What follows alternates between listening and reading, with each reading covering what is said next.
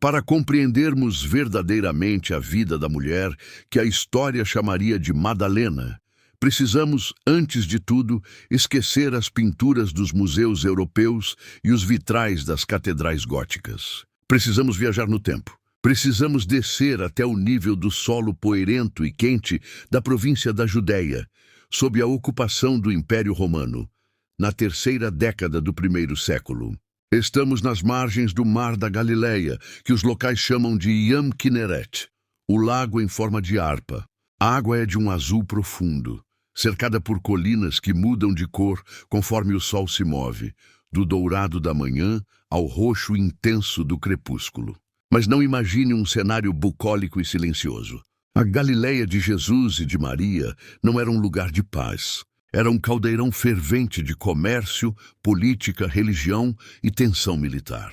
E no centro dessa atividade econômica estava a cidade dela, Magdala, ou em hebraico Migdal. Seu nome completo era Magdala Tarichaia, e esse nome nos conta uma história de riqueza. Tarichaia é uma palavra grega que significa o lugar onde se salga o peixe. Magdala não era uma vila de pescadores simples, como a Cafarnaum de Pedro e André, que ficava a apenas alguns quilômetros ao norte. Não. Magdala era uma potência industrial. Arqueólogos descobriram ali estruturas complexas de tanques de pedra, canais de água fresca e armazéns. Era ali que os peixes pescados no lago eram limpos, salgados, processados e embalados em ânforas de barro. Esse produto, o peixe salgado de Magdala e o famoso molho garum, eram exportados para todo o Mediterrâneo. Chegavam às mesas dos nobres em Damasco, na Grécia e até na capital do mundo, Roma. O cheiro da cidade era forte. Cheiro de peixe, de salmoura, de fumaça das fogueiras de defumação e de dinheiro. Muito dinheiro. As ruas eram pavimentadas. Havia um hipódromo para corridas de cavalos, um teatro e banhos públicos no estilo romano.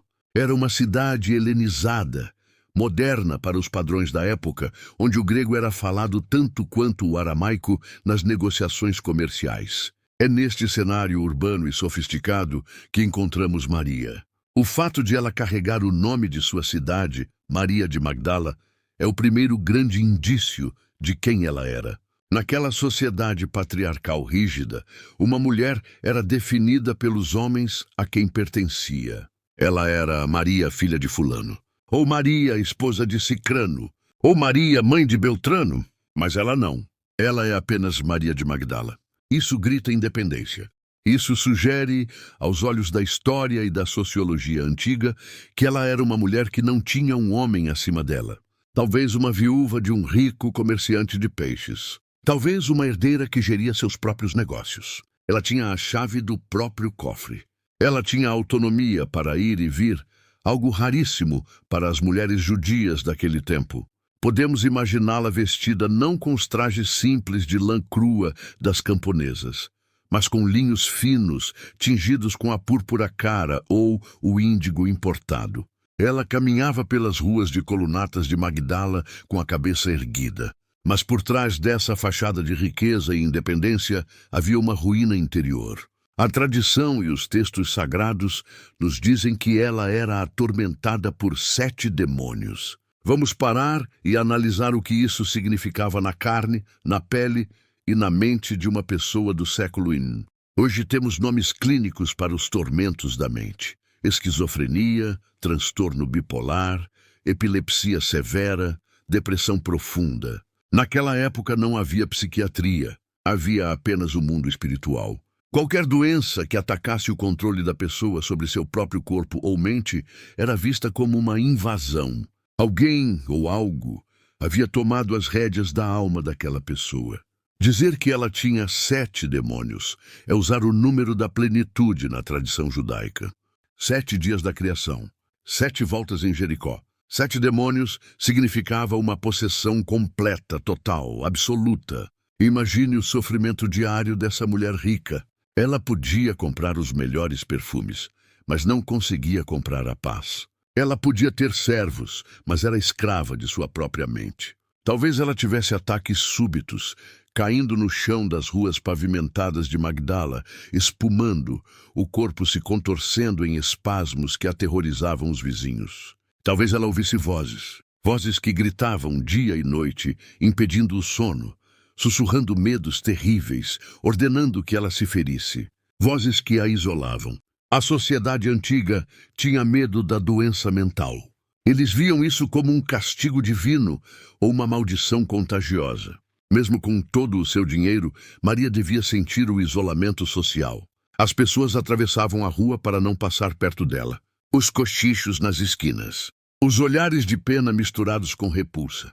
Lá vai a mulher louca de Magdala. Lá vai a possuída. Ela deve ter tentado de tudo. Médicos gregos com seus sangramentos e dietas. Curandeiros locais com suas raízes e amuletos. Exorcistas itinerantes que cobravam fortunas para recitar fórmulas mágicas que nunca funcionavam. Cada tentativa fracassada era mais um prego no caixão de sua esperança. A escuridão dentro dela crescia, sufocando a mulher brilhante que ela era. Ela vivia numa prisão sem grades, trancada dentro de si mesma, assistindo a sua vida luxuosa perder todo o sentido. Enquanto isso, fora de sua bolha de dor, a Galileia estava agitada. Os ventos traziam rumores. Rumores que vinham das colinas ao redor de Nazaré e Cafarnaum. Diziam que havia um novo profeta na região. Não um profeta como João Batista, que vivia no deserto gritando sobre fogo e machados, mas um rabino diferente.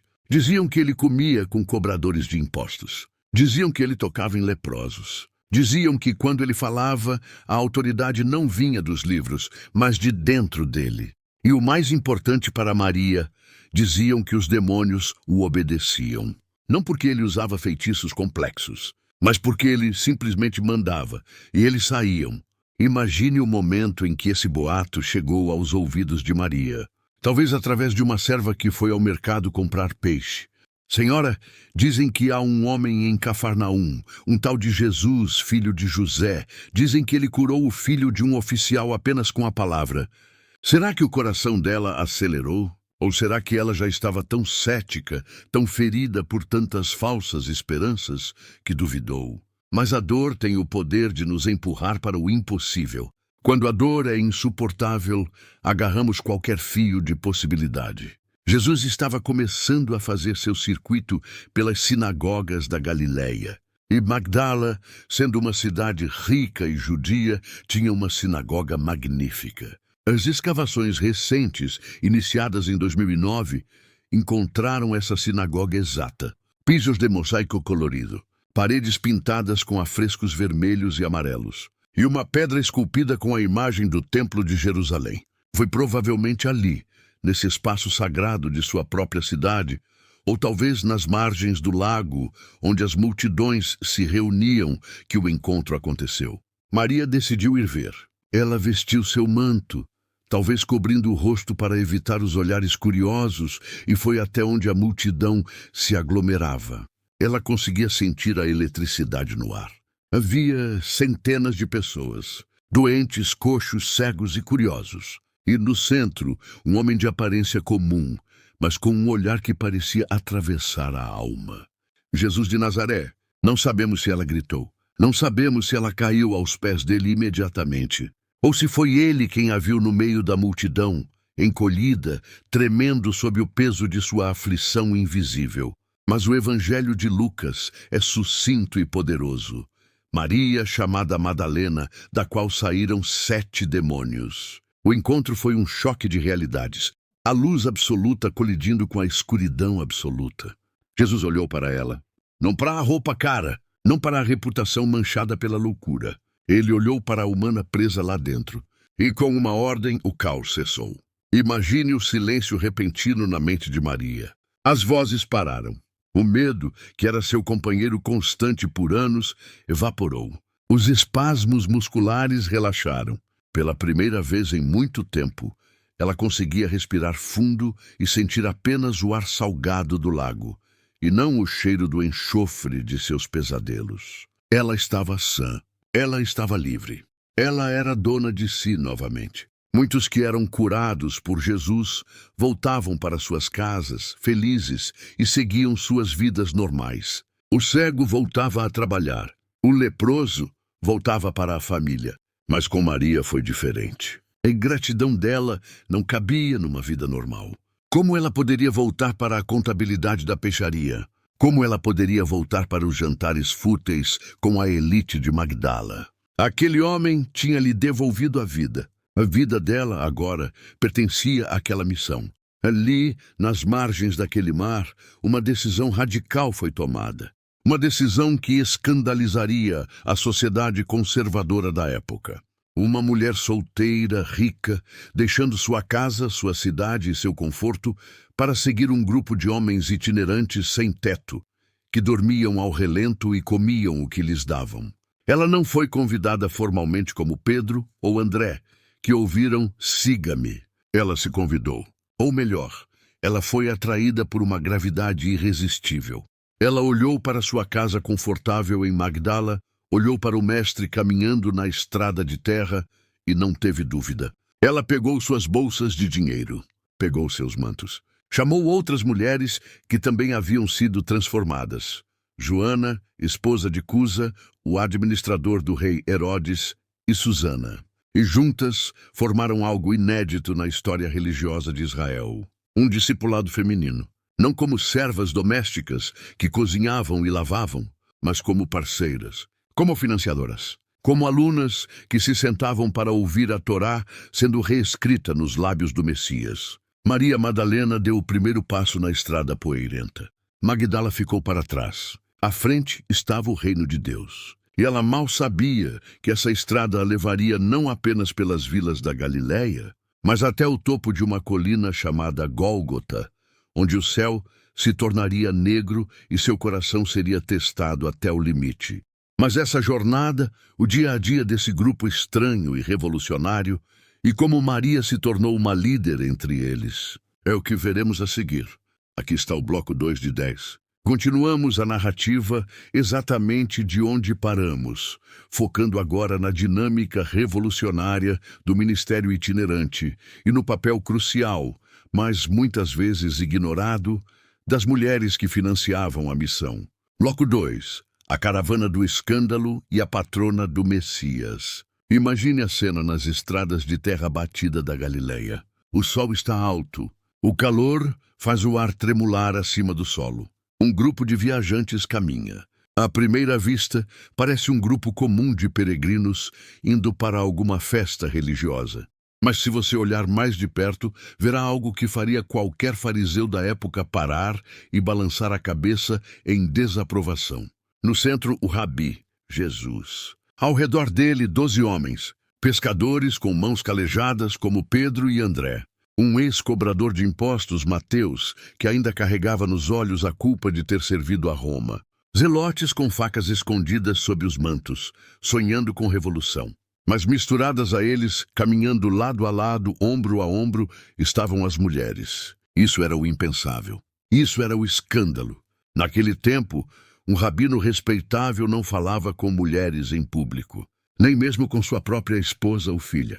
Havia escritos rabínicos que diziam: não converse muito com mulheres, pois isso leva ao abandono da lei e, por fim, ao inferno. E, no entanto, lá estava Jesus. E lá estava Maria Madalena. Ela não caminhava atrás, com a cabeça baixa, como se esperava de uma mulher. Ela caminhava junto. Ela ouvia as conversas teológicas. Ela fazia perguntas. Para a sociedade da época, aquele grupo era uma afronta à moral e aos bons costumes. Eles eram nômades, não tinham casa fixa. Jesus mesmo disse: as raposas têm tocas, os pássaros têm ninhos, mas o filho do homem não tem onde reclinar a cabeça. E aqui surge uma questão prática, que a espiritualidade muitas vezes esquece, mas que a história precisa responder. Quem pagava a conta? Quem comprava o pão para 13 homens famintos todos os dias? Quem pagava pela hospedagem nas estalagens quando ninguém lhes oferecia teto? Quem comprava as sandálias novas quando as velhas arrebentavam nas pedras? A resposta está escondida em um versículo curto do Evangelho de Lucas, capítulo 8, versículos 1 a 3. um dos trechos mais explosivos e ignorados da Bíblia. O texto diz que, junto com os 12, iam Maria, chamada Madalena, Joana, mulher de Cusa, procurador de Herodes, e Susana, e muitas outras. E o texto termina com a frase-chave: as quais o serviam com os seus bens. Servir com os bens. No grego original, a palavra usada aqui tem a mesma raiz de diaconia. Não significa que elas estavam cozinhando e lavando roupa no riacho enquanto os homens discutiam os mistérios do universo.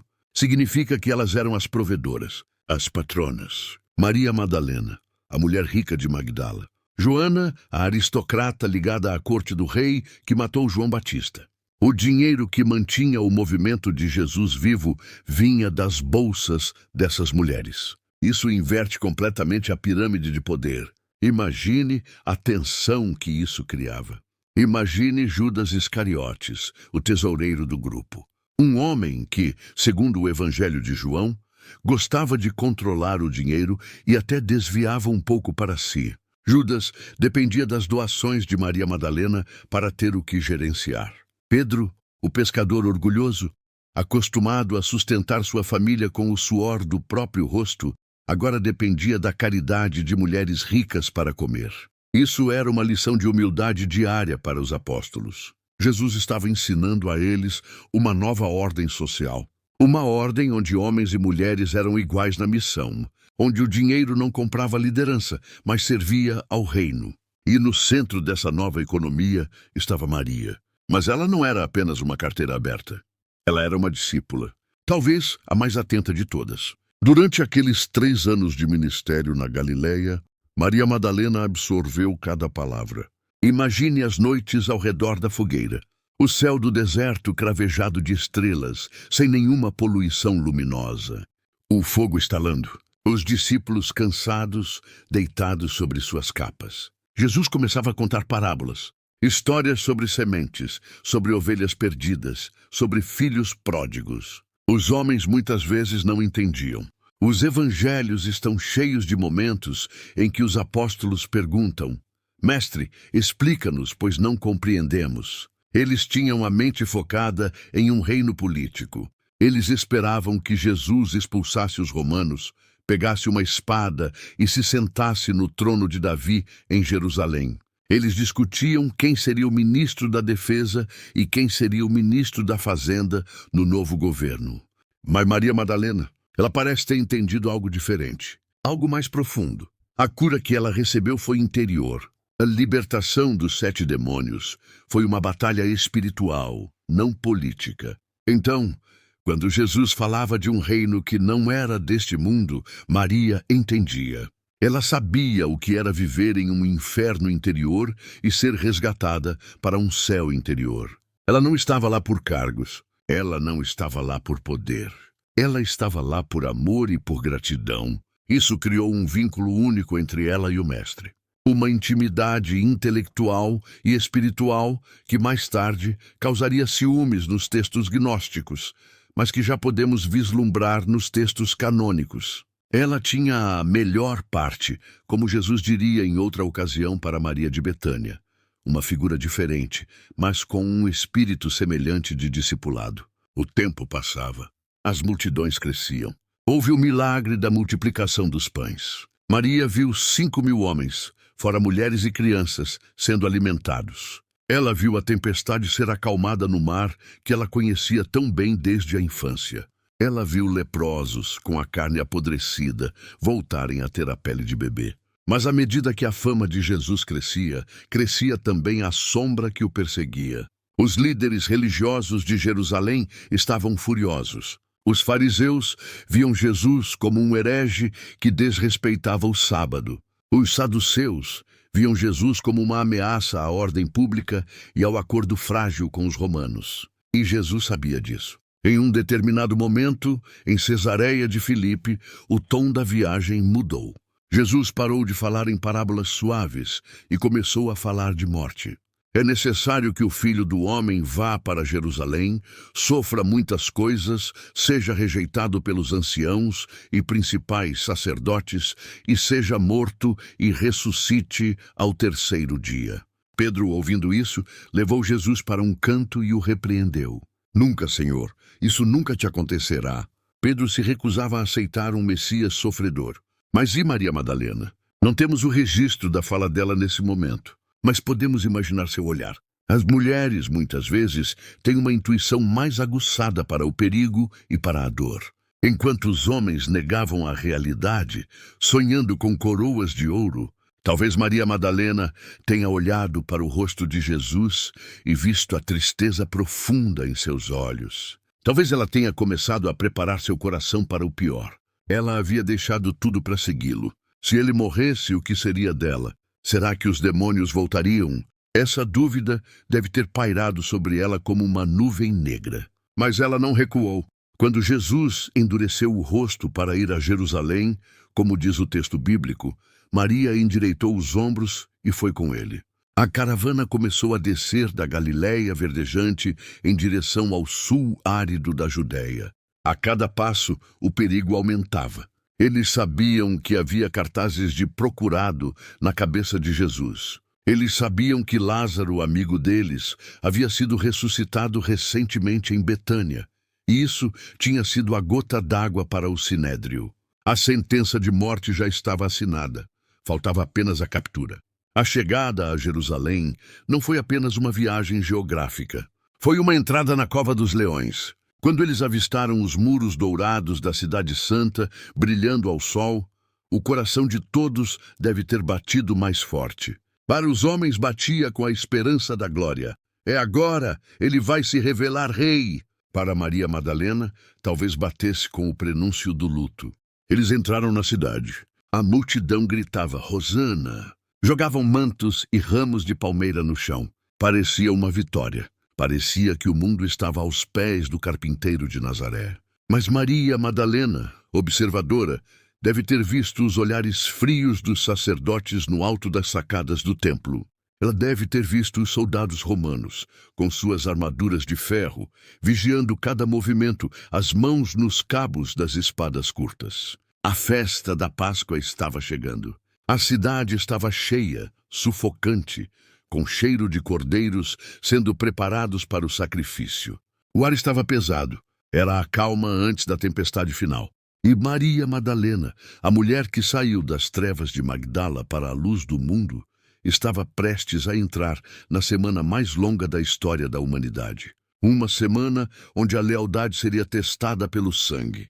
Uma semana onde ela veria os homens fortes correrem como crianças assustadas. E onde ela, a mulher curada, teria que encontrar dentro de si uma força que ela nem sabia que tinha. A força para ficar de pé quando o próprio céu desabasse. Estamos nos aproximando do Jardim das Oliveiras, do julgamento ilegal e da cruz. Jerusalém, na semana da Páscoa, não era apenas uma cidade. Era um barril de pólvora à espera de uma faísca. Historiadores estimam que a população da cidade, normalmente de 40 ou 50 mil habitantes, inchava para mais de 200 mil durante o festival. Peregrinos de todas as partes do mundo conhecido dormiam em tendas nos terraços, nos pátios e nas encostas das montanhas ao redor. O ar cheirava a fumaça de fogueiras, especiarias exóticas, suor de multidões e, acima de tudo, ao sangue dos sacrifícios no templo. Para Maria Madalena, habituada ao ar fresco do mar da Galiléia, aquela atmosfera devia ser sufocante. Mas não era apenas o aperto físico que incomodava. Havia uma eletricidade perigosa no ar. Jesus, o homem que a tinha libertado das trevas, tinha acabado de virar as mesas dos cambistas no templo. Aquele ato não foi apenas um protesto religioso. Foi um ataque direto ao bolso da elite sacerdotal saduceia. Ele tinha mexido no cofre do templo. E Maria, como mulher de negócios que conhecia o poder do dinheiro em Magdala, sabia exatamente o que aquilo significava. Significava guerra. Ela deve ter visto os olhares furtivos que Judas Iscariotes trocava com os outros. Judas, o tesoureiro do grupo. Aquele que segurava a bolsa onde Maria depositava suas contribuições. Ele estava inquieto, nervoso. Talvez desiludido porque Jesus não estava a convocar um exército contra Roma, mas sim a falar da sua própria morte. Chegamos à quinta-feira à noite. A Última Ceia. A arte clássica, como a pintura de Da Vinci, mostra-nos apenas 13 homens numa mesa. Mas a história e a tradição judaica sugerem um cenário diferente. A Páscoa, Pesach, é uma festa familiar comunitária.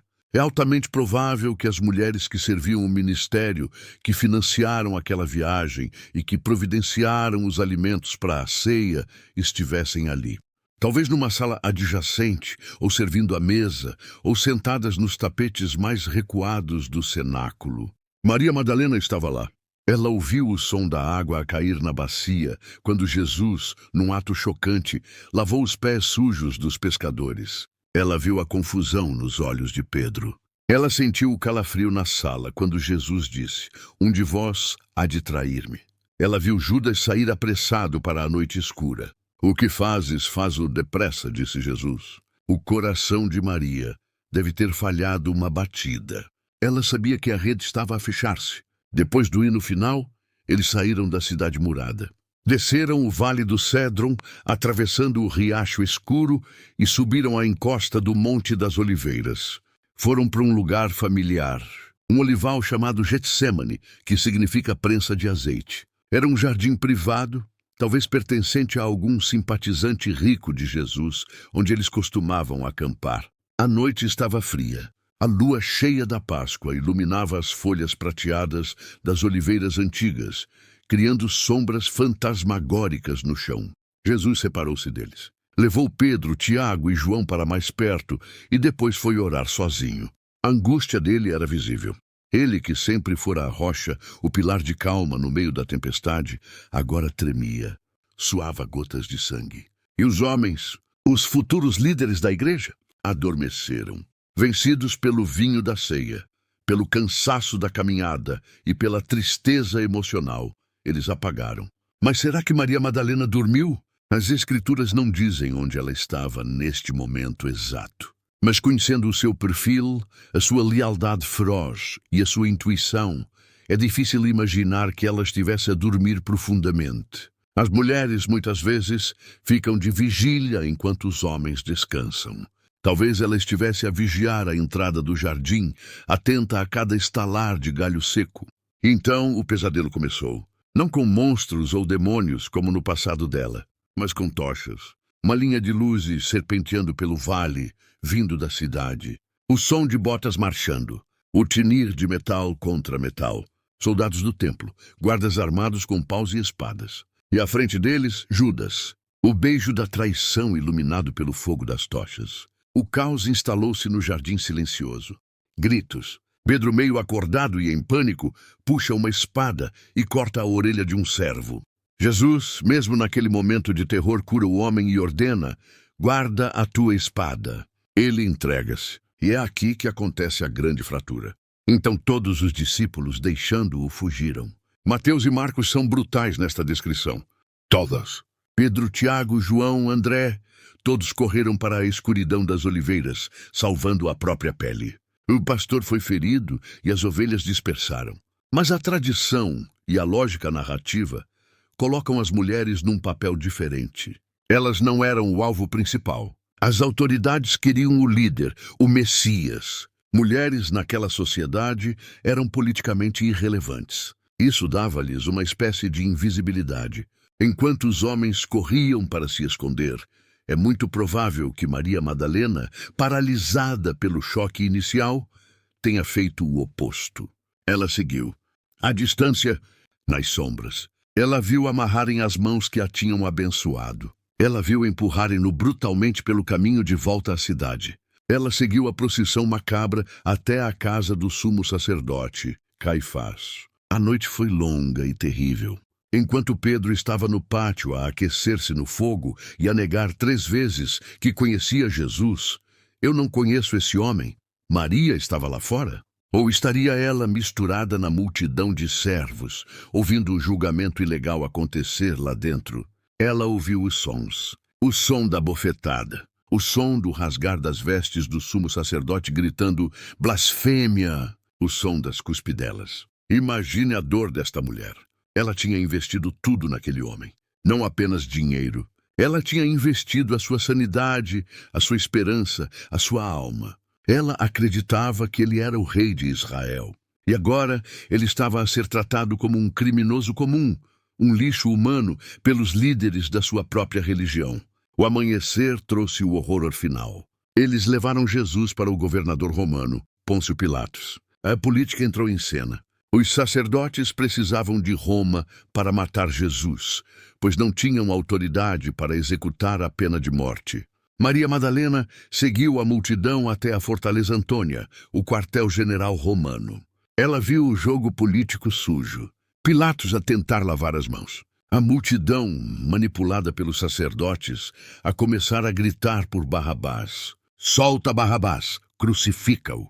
Aquela mesma multidão que dias antes gritava Hosana, agora pedia sangue. A psicologia de massa é volátil e cruel. Então a flagelação. Os romanos não brincavam com punições. O chicote romano, o flagrum, tinha pedaços de osso e chumbo nas pontas. Não era feito apenas para doer. Era feito para rasgar, para expor os ossos. Muitos homens morriam apenas na flagelação. Maria Madalena ouviu os estalos do chicote, ouviu os gemidos abafados do homem que ela amava e venerava.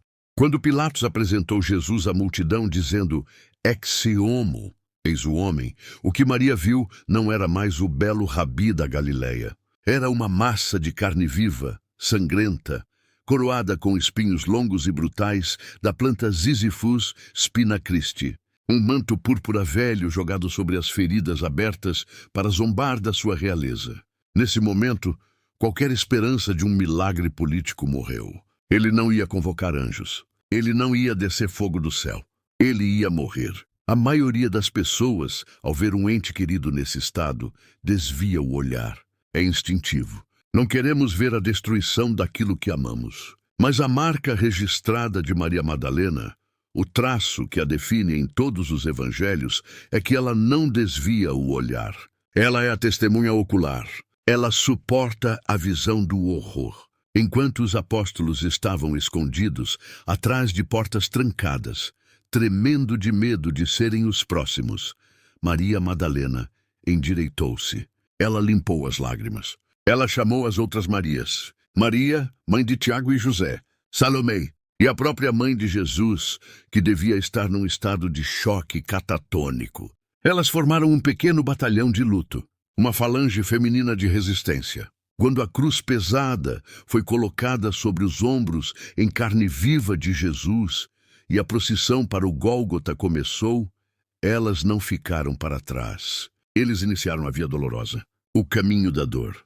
Ruas estreitas, cheias de gente a insultar, a cuspir, a atirar pedras. E lá ia Maria Madalena, passo a passo, atrás do rastro de sangue que ele deixava nas pedras de Jerusalém. Ela não podia carregá-lo. Ela não podia salvá-lo. Mas ela podia fazer a única coisa que restava: não deixá-lo morrer sozinho. A fidelidade dela estava prestes a enfrentar o teste supremo no lugar da caveira, onde o céu escureceria ao meio-dia e o véu se rasgaria. Chegaram ao lugar chamado Gólgota, em aramaico, Gulguta, o lugar da caveira. Era uma pedreira abandonada fora das muralhas da cidade, uma elevação rochosa que, diziam os antigos, se assemelhava a um crânio humano branqueado pelo sol. Não era um lugar de beleza sagrada, como as pinturas renascentistas por vezes sugerem, com relva verde e céus azuis. Era um lugar de morte. Cheirava a sangue seco, urina e lixo queimado. Era ali que Roma exibia o preço da rebelião. Maria Madalena parou a alguma distância. As leis romanas e o cordão de isolamento dos soldados impediam-na de se aproximar demasiado da madeira, mas ela estava suficientemente perto para ver tudo. Suficientemente perto para ouvir. Ela viu quando despiram Jesus. A humilhação final. Na mentalidade judaica do século I, a nudez pública era uma vergonha pior que a morte. Era a destruição total da dignidade de um homem. Aquele que ela vira pregar, com a autoridade de um rei, vestido com um manto de rabi, estava agora exposto, trêmulo, sangrando das feridas abertas pelo chicote. E então o som metálico e seco do martelo contra os cravos de ferro. Não eram pregos de carpintaria, eram espigões forjados, longos e grosseiros. Cada batida do martelo devia ecoar no peito de Maria como uma punhalada física. Ela não desviou o olhar. Ela viu quando levantaram a cruz verticalmente e a deixaram cair com um baque surdo no buraco cavado na rocha. O corpo de Jesus estremeceu com o impacto, e ali ficou ele, suspenso entre o céu e a terra. A crucificação não era uma execução rápida, era uma tortura desenhada por engenheiros sádicos para durar o máximo de tempo possível. Era uma morte por asfixia lenta. Para respirar, a vítima tinha de empurrar o corpo para cima, apoiando-se nos pregos que atravessavam os pés. Isso causava uma dor excruciante. Quando a dor se tornava insuportável, a vítima deixava o corpo descair, ficando pendurada pelos pulsos, o que comprimia os pulmões e impedia a entrada de ar. Era um ciclo interminável de subir para respirar e descer para aliviar a dor. Sobe, desce, Maria Madalena observou este ritmo macabro durante horas. Ela contava cada respiração rouca do seu mestre. Ao redor dela, a vida continuava com uma banalidade aterradora. Os soldados romanos, indiferentes ao sofrimento, sentaram-se no chão poeirento e começaram a jogar dados. Disputavam a túnica de Jesus. Era uma peça de qualidade, sem costuras, tecida numa peça única, talvez um presente das próprias mulheres galileias, talvez comprada com o dinheiro de Madalena. Ver aqueles homens rudes a apostar a roupa dele enquanto ele morria nu acima deles era o cúmulo da profanação. A multidão que passava na estrada próxima insultava-o. Tu que destróis o templo e o reedificas em 3 dias, salva-te a ti mesmo. Se és o Filho de Deus, desce da cruz.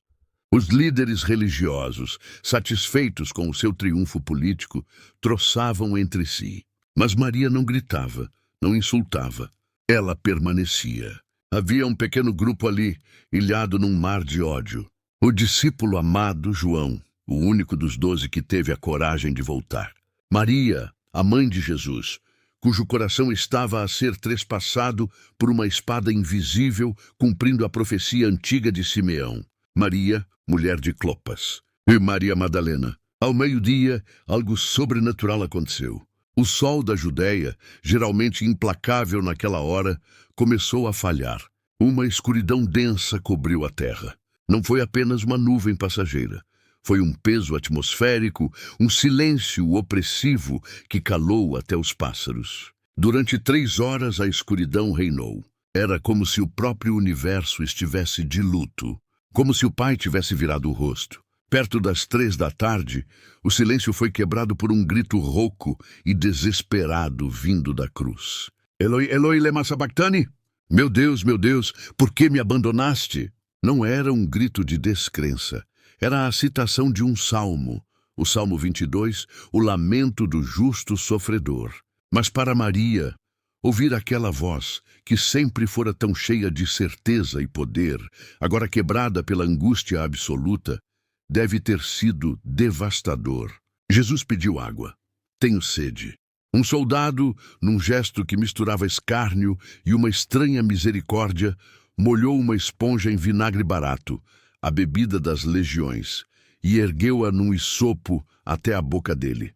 Ele provou. Então, reuniu as suas últimas forças. Não foi um sussurro de derrota. Foi um brado de vitória, alto e claro, que atravessou a escuridão. Tetelestai, está consumado. A dívida está paga, a obra está feita. A cabeça pendeu, o peito parou de arfar. Ele entregou o espírito. Naquele instante a terra tremeu, as pedras racharam.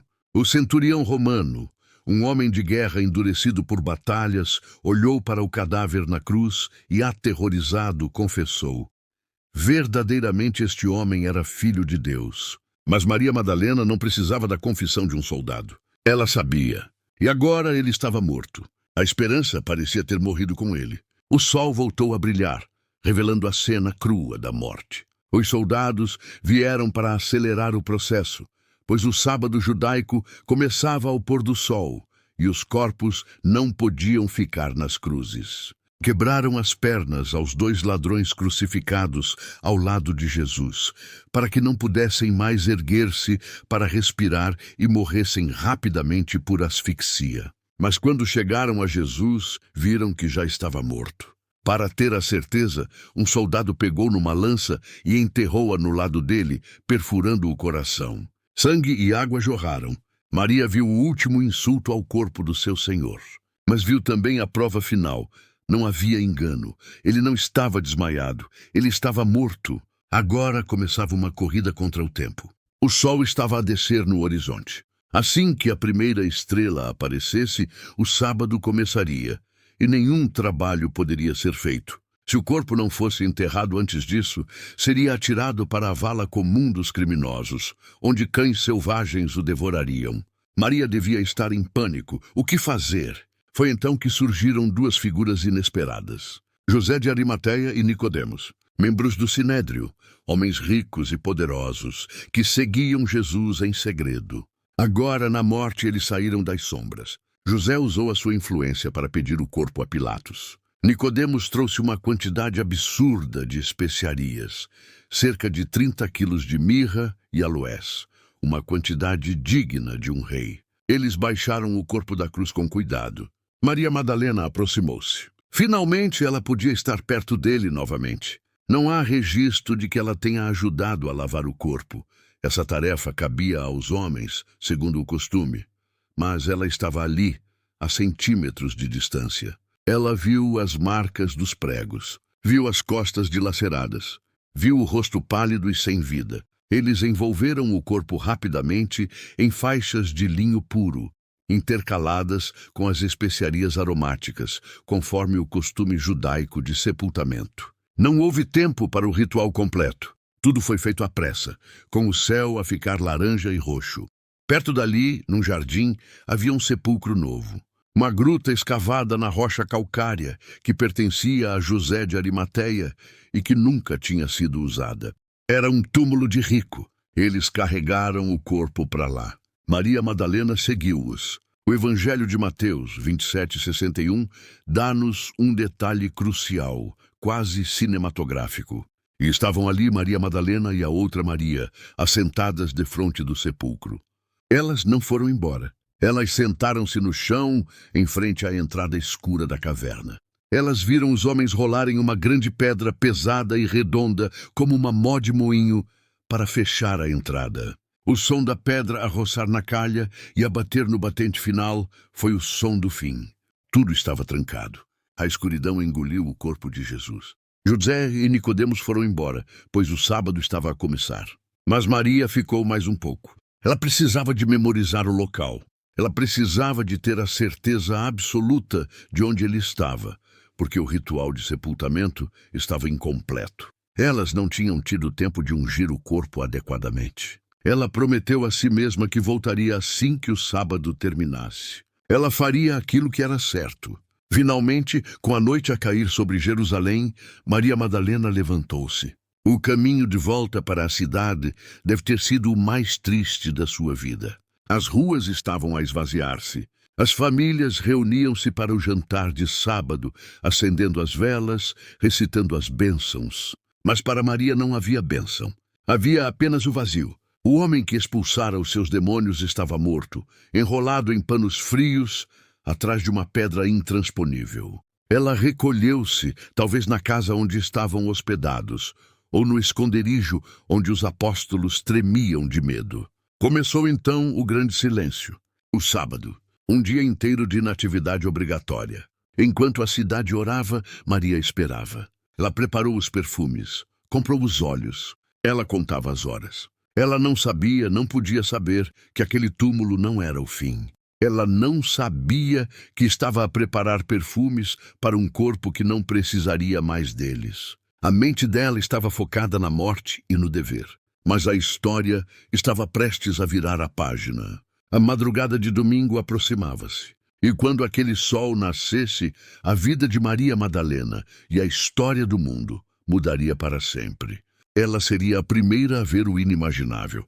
Mas por agora ela chora e espera. Aqui está o bloco 5 de 10. Chegamos agora ao momento crucial. o ponto de viragem não apenas da vida de Maria, mas de toda a narrativa cristã. Este bloco foca na descoberta do túmulo vazio, na confusão inicial e no encontro pessoal que lhe daria o título de Apóstola dos Apóstolos. Bloco 5. A manhã do jardineiro e o nome chamado. O sábado judaico terminou com o pôr do sol, mas a escuridão ainda cobria Jerusalém. Foi uma noite sem sono. Como se pode dormir quando o mundo acabou? Maria Madalena passou aquelas horas num limbo de ansiedade. Ela e as outras mulheres tinham preparado os aromas, mirra, aloés, bálsamos caros. Elas tinham uma missão fúnebre a cumprir, terminar o embalsamamento que tinha sido feito à pressa na sexta-feira. Era um ato de amor, mas também de desespero. Elas iam ungir um cadáver. Elas iam dizer o adeus final. Ainda estava escuro, naquela hora cinzenta antes da aurora, quando elas saíram. O ar da madrugada era frio e úmido. As ruas de Jerusalém estavam desertas e silenciosas, longe do barulho da multidão da Páscoa. O som das sandálias nas pedras ecoava, aumentando o medo. Elas sabiam que havia perigos. Havia patrulhas romanas, havia guardas do templo. Mas havia uma preocupação mais prática que as atormentava enquanto caminhavam em direção ao jardim de José de Arimateia. Elas perguntavam umas às outras: quem nos removerá a pedra da entrada do sepulcro? Aquela pedra era imensa. Um disco de rocha sólida, encaixado num sulco, que precisava da força de vários homens fortes para ser movida. Elas eram apenas mulheres com jarros de perfume nas mãos. A lógica dizia para voltarem para trás. Mas o amor não segue a lógica. Elas continuaram a andar. Quando chegaram ao jardim, a primeira luz do sol começou a rasgar o horizonte. E o que viram fez o sangue gelar nas veias. A pedra, aquele obstáculo intransponível, já não estava no lugar. Tinha sido rolada para o lado, expondo a boca negra e escancarada da gruta. O primeiro instinto não foi alegria, foi terror. Na mente de Maria Madalena não havia espaço para a ideia de ressurreição. Ressurreição era algo para o fim dos tempos, no dia do juízo. Um túmulo aberto numa manhã de domingo só podia significar uma coisa: profanação. Ladrões de túmulos. Ou pior, os inimigos de Jesus não se contentaram em matá-lo. Quiseram roubar o corpo para o humilhar ainda mais, atirando-o para uma vala comum. O pânico tomou conta dela. Ela largou os perfumes ou correu com eles. O Evangelho de João foca a câmara nela. Maria corre. Ela corre de volta para a cidade, com o coração a explodir no peito, as lágrimas a cegarem-lhe a visão. Ela precisa de encontrar os homens. Ela encontra Simão Pedro e o discípulo que Jesus amava, João. Eles deviam estar escondidos, trancados, paralisados pelo medo. Maria entra como um furacão de más notícias. Ela não diz: ele ressuscitou. Ela grita a sua angústia. Levaram o Senhor do sepulcro e não sabemos onde o puseram. Observe o plural: não sabemos. Ela fala por todas as mulheres. Mas a dor é pessoal. Levaram o meu Senhor. A notícia é um choque elétrico para Pedro e João. Eles saem a correr. Começa uma corrida estranha e desesperada pelas ruas de Jerusalém até ao túmulo. João, mais jovem e mais rápido, chega primeiro. Ele inclina-se, espreita para dentro, mas não entra. Ele vê os lençóis de linho no chão. Pedro, mais velho e impetuoso, chega ofegante logo a seguir e não hesita. Ele entra direto na tumba. E o que eles veem é desconcertante. Se fossem ladrões de túmulos, teriam levado o corpo com os lençóis e tudo, ou teriam deixado tudo desarrumado. Mas os lençóis estavam ali, e o lenço que cobrira o rosto de Jesus estava dobrado num lugar à parte. Havia ordem naquela cena, uma calma sobrenatural. João entra, vê e crê, mas o que ele creu naquele momento exato ainda é um mistério teológico. Ainda não tinham compreendido as Escrituras. Confusos, atordoados, talvez com uma centelha de esperança misturada com medo, os dois homens fazem a única coisa que sabiam fazer. Voltam para casa. Eles deixam o cenário. E aqui a câmara volta-se novamente e exclusivamente para Maria Madalena. Ela tinha voltado ao túmulo, seguindo os homens. Agora eles partiram e ela ficou sozinha, de novo. Este é o momento mais solitário da vida dela. Os apóstolos foram-se, o corpo desapareceu, o mestre está morto.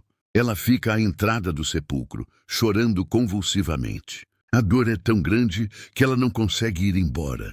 Ela precisa de ver com os próprios olhos o vazio. Ela inclina-se para olhar para dentro da gruta, talvez na esperança irracional de que tudo fosse um engano e o corpo ainda estivesse lá. Mas em vez de um cadáver, ela vê luz. 2 anjos vestidos de branco, um à cabeceira e outro aos pés do lugar onde o corpo de Jesus tinha estado. É interessante notar a reação de Maria. Na maioria das histórias bíblicas, quando alguém vê um anjo, cai por terra em terror sagrado. Mas Maria está tão consumida pela dor, tão focada na perda de Jesus, que a presença de anjos parece quase secundária. Eles perguntam: mulher, por que choras? Uma pergunta que ecoa a compaixão divina. A resposta dela é direta, prática e cheia de mágoa. Porque levaram o meu Senhor e não sei onde o puseram. Ela não quer anjos, ela quer Jesus. Ela quer o corpo dele para poder chorar sobre ele, para poder cuidar dele. Nesse momento ela sente uma presença atrás dela. Ela volta-se. Há um homem ali, de pé, mas os olhos dela estão inchados de tanto chorar. A luz da manhã ainda é difusa. E talvez a aparência daquele homem seja diferente. Gloriosa, mas velada. Ela não o reconhece. Ela pensa que é o jardineiro, o encarregado de cuidar daquele cemitério privado. É uma ironia teológica suprema. No início da Bíblia, no livro de Gênesis, o primeiro Adão foi colocado num jardim para cuidar dele. Agora, o novo Adão, Jesus, está num jardim ressuscitado e é confundido com o jardineiro. Ele faz a mesma pergunta que os anjos, mas acrescenta algo mais. Mulher, por que choras? A quem procuras? Maria, agarrando-se a essa última esperança, faz uma proposta desesperada ao suposto jardineiro. Senhor, se tu o levaste, diz-me onde o puseste e eu o levarei. Olhe para a força desta mulher. Ela acredita que o jardineiro mudou o corpo de lugar por conveniência. E ela, sozinha, exausta, diz que vai carregar o corpo de um homem adulto morto. Eu o levarei. Ela não pede ajuda, ela assume a carga. É o amor no seu estado mais puro e bruto. Nesse momento de lealdade absoluta, o disfarce cai. O homem diz apenas uma palavra. Não é um sermão, não é uma explicação teológica. É o nome dela. Maria. Ou no aramaico original, Marian. A entonação, a voz, aquele som que a tinha chamado para fora da escuridão dos demônios anos antes. Foi um trovão na alma dela. O véu rasgou-se. O jardineiro desapareceu. O estranho desapareceu. Lá estava ele, vivo, respirando, olhando para ela com aquele amor infinito. A reação dela é instantânea e visceral. Ela gira o corpo em direção a ele e grita em hebraico aramaico: Rabone! Que significa meu mestre, ou mestre querido. É uma palavra de intimidade, de discipulado, de posse afetuosa. O impulso dela é tocá-lo, abraçá-lo, agarrar-se aos pés dele e nunca mais largar. Para ter a certeza de que ele é real, de que não é um fantasma, e para garantir que ele nunca mais vai embora. Mas Jesus diz algo estranho e misterioso. Não me detenhas. Ou na tradução latina famosa, noli me tangere, não me toques. É porque ainda não subi para meu Pai. Isso não foi uma rejeição fria. Foi uma lição necessária. Jesus estava a dizer a ela que o relacionamento antigo tinha acabado. Ele não voltaria a ser o rabi itinerante que caminhava com ela na Galileia, sujeito à morte e ao tempo. Ele estava numa nova existência. Ela não podia agarrá-lo para o manter na terra da forma antiga. Ela precisava de aprender a relacionar-se com ele de uma nova maneira, através da fé e do Espírito. Ele tinha de ir para o Pai, mas ele não a deixou de mãos vazias. Ele deu-lhe algo maior do que um abraço. Ele deu-lhe uma missão, a maior missão já dada a um ser humano. Mas vai para meus irmãos e dize-lhes que eu subo para meu Pai e vosso Pai, meu Deus e vosso Deus. Note a mudança de linguagem. Ele chama os discípulos, que o tinham abandonado covardemente, de meus irmãos. É a primeira vez que ele usa esse termo. A ressurreição criou uma nova família. E Maria Madalena foi a escolhida para ser a mensageira dessa nova realidade. Ela não foi escolhida para fundar uma instituição, ou para escrever um livro, ou para batizar. Ela foi escolhida para ser a testemunha primordial. Sem o testemunho dela, Pedro não saberia. Sem o testemunho dela, não haveria boa nova naquela manhã. Ela transforma-se naquele jardim, na apóstola apostolorum, a apóstola dos apóstolos, a enviada para os enviados. Imagine Maria a correr de volta para a cidade agora. Já não corre com o peso do luto, já não corre com medo de ladrões. Ela corre com o fogo do céu a arder nas veias. O sol já está alto. Ela entra na sala onde os homens estão trancados no medo e no silêncio. Eles olham para ela, talvez esperando mais choro, mais desespero. Mas ela está radiante. Ela está transformada. Ela olha nos olhos de Pedro, de Tiago, de João e profere a frase que resume toda a fé cristã. A frase que mudou o calendário, que derrubou impérios e construiu catedrais. Eu vi o Senhor. E ela contou-lhes tudo o que ele lhe tinha dito. A voz de uma mulher. Num mundo onde a voz da mulher não valia nada. Foi a pedra angular sobre a qual a notícia da vitória sobre a morte foi construída.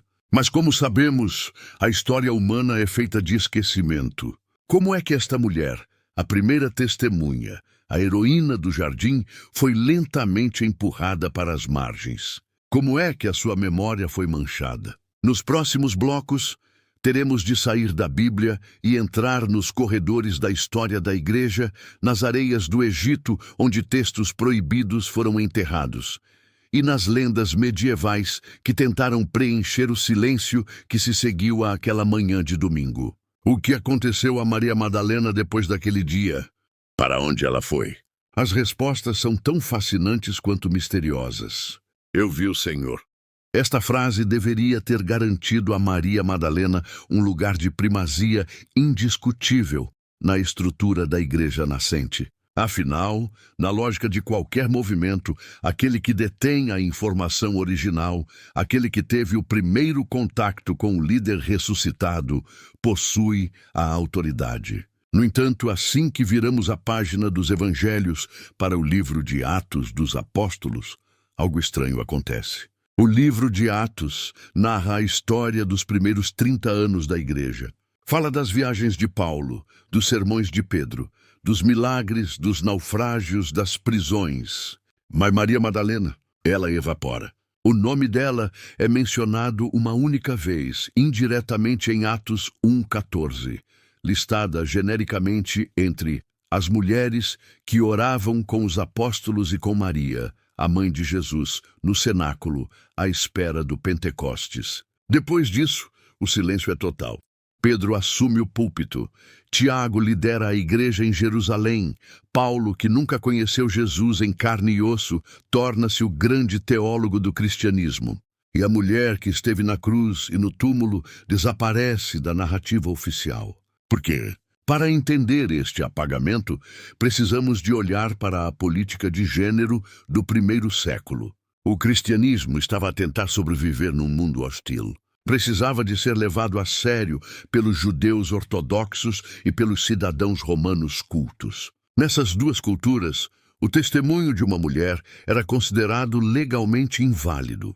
Flávio Josefo, o historiador judeu, escreveu que não se aceite o testemunho de mulheres por causa da leviandade e da temeridade do seu sexo. Para os líderes da igreja primitiva, enfatizar que a ressurreição foi descoberta por uma mulher era, em termos de marketing religioso, um embaraço. Era um ponto fraco na argumentação. O crítico pagão Celso, no século XI, atacou o cristianismo dizendo: quem viu isso? Uma mulher histérica. Então, o que fizeram os pais da igreja? Começaram a editar a memória. Veja o exemplo gritante de São Paulo. Na sua primeira carta aos Coríntios, capítulo 15, escrita cerca de 20 anos após a morte de Jesus, Paulo faz uma lista oficial das aparições do ressuscitado. É a lista mais antiga que temos, anterior aos evangelhos. Paulo escreve: ele apareceu a Cefas, Pedro, e depois aos 12. Depois apareceu a mais de 500 irmãos de uma vez. Depois apareceu a Tiago. Paulo exclui Maria Madalena. Ele apaga o nome dela da lista de testemunhas oficiais. Para Paulo, a credibilidade da mensagem dependia de testemunhas masculinas. Assim, a apóstola dos apóstolos foi sendo empurrada para a sombra da história canônica. Mas o povo não esqueceu. A memória dela continuava viva nas comunidades, nas histórias orais, e isso criava um problema. Como lidar com uma figura feminina tão poderosa que não se encaixava no modelo de submissão que estava a ser estabelecido nas igrejas, onde Paulo ordenava que as mulheres ficassem caladas? A solução histórica, talvez inconsciente no início, mas depois oficializada, foi transformar a sua identidade. Se não podiam negar que ela estava lá, podiam mudar quem ela era. Começou então o processo que os historiadores chamam de a grande confusão, ou conflação. Havia 3 mulheres nos evangelhos que causavam dor de cabeça aos pregadores. Maria Madalena, a líder de Magdala, de quem saíram 7 demônios, Lucas 8:2. Maria de Betânia, a irmã de Marta e Lázaro, a contemplativa que ouvia aos pés de Jesus e que no evangelho de João unge os pés dele com perfume, João 12. A pecadora anônima, uma mulher sem nome, descrita em Lucas 7:36-50, que entra na casa de um fariseu, chora aos pés de Jesus, molha-os com lágrimas, seca-os com os cabelos e unge-os com perfume. Note os elementos comuns. Todas amavam Jesus intensamente. 2 delas ungiram os pés dele, Maria de Betânia e a pecadora. Todas tinham o nome Maria, exceto a anônima, mas a tradição popular rapidamente lhe deu um nome. E todas desafiavam as convenções. Nos séculos III e IV, os pregadores começaram a misturar as histórias. Começaram a perguntar, não será a mesma mulher? Não será que Maria de Magdala é a Maria de Betânia? E não será que os 7 demônios expulsos de Madalena eram, na verdade, os pecados daquela mulher anônima de Lucas 7? Esta fusão resolvia vários problemas. Criava uma biografia completa e dramática. Uma grande pecadora que se arrepende, torna-se contemplativa em Betânia e depois testemunha a ressurreição. Era uma narrativa perfeita de redenção, mas era historicamente falsa. Os evangelhos distinguem claramente as personagens. Maria de Betânia vivia na Judéia, perto de Jerusalém. Maria Madalena era da Galiléia, no norte. A pecadora anônima era da Galiléia. Mas a Bíblia nunca diz que ela seguiu Jesus ou que esteve na cruz. No entanto, a verdade textual perdeu a batalha para a conveniência teológica. O golpe final, o selo oficial nessa transformação, aconteceu num dia específico. 14 de setembro do ano 591 depois de Cristo. Estamos em Roma. A cidade está em ruínas. O Império Romano do Ocidente caiu. A peste e a fome assolam a população. As pessoas estão desesperadas, sentindo que o fim do mundo está próximo. O Papa Gregório I, que passaria para a história como Gregório Magno, o Grande, sobe ao púlpito da Basílica de São Clemente. Ele precisa de dar esperança ao povo.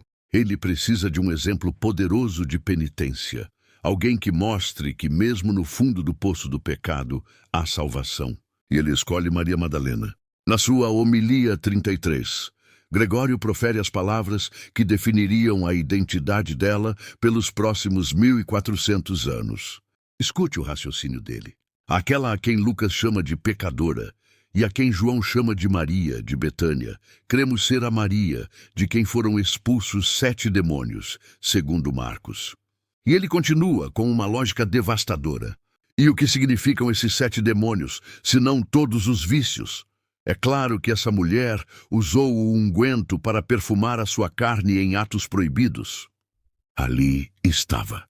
A autoridade máxima da igreja declarou: os demônios eram vícios sexuais. O perfume que ela usou em Jesus era o perfume que ela usava para seduzir clientes. Gregório inverteu cada detalhe da vida dela para criar uma moralidade. Ela transformou a massa dos seus crimes em virtudes.